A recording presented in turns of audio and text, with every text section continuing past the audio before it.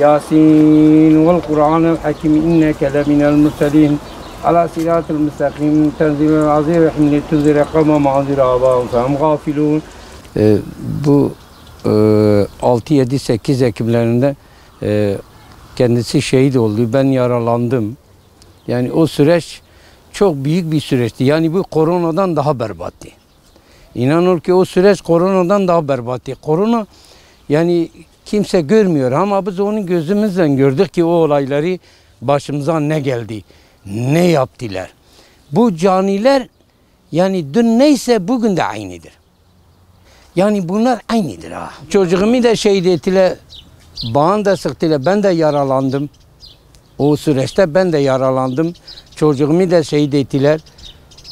Ve hakkımı helal etmeyeyim. Öbür dünyaya kadar da hakkımı, o mahkemeyi kübriyada onları mahkemeye çekeceğim. Allah'ın izniyle. Ben onları mahkemeye çekeceğim. Onların cezası neyse Allah Teala onlar İnşallah bu dünyada da verilmiş, öbür dünyada da verecekler. Allah'ın izniyle. Şimdi ne hakları vardı bizi şehit ettiler. Kimsenin hakkı yoktu onu öldürmeye, onu şehit etmeye. Biz bu memleket hepimize yeterdir. Bu memleket hepimizindir. Hepimizin yaşama hakkı vardır bu memlekete. Ne hakları vardı? Yani ben Kürtse ben de Kürt'üm. Ben de Kürt'üm. Ben doğru dürüst Türkçe bilmiyorum. Benim babam, benim dedelerim bu memlekete yaşamış. Yani benim babam burası bizim dedelerimizin. Ne hakları vardı bizi şehit ettiler. Şimdi bu hastalık dolayısıyla yani bu tam 2 aydır ben buraya gelmemişim. Ondan önce geldim de ağaçları kestim, budalama yaptım, onlara su verdim, hizmet ettim, gittim bu hastalık başladı, yasak başladı. Yasak başladıktan sonra artık 2 aydır evdeydim, gelemedim. Yani geçen hafta 4 saat bize izin çıktı, o da ben gelemedim. Yetişemedim, gelemedim buraya. Bugün de işte herkes parka gitti, İnanın ki bu gece yatamıyordum, dedim sabah olayım ben gideyim yani. Ben çok özlemiştim. Hatta küçük oğlu benim kucağımda bu gece yattı dedi, ben de babamı çok özlemişim, babamın yanına gideceğim. Yani biz çok özlemiştim. Burası bana hayal olmuştu ya.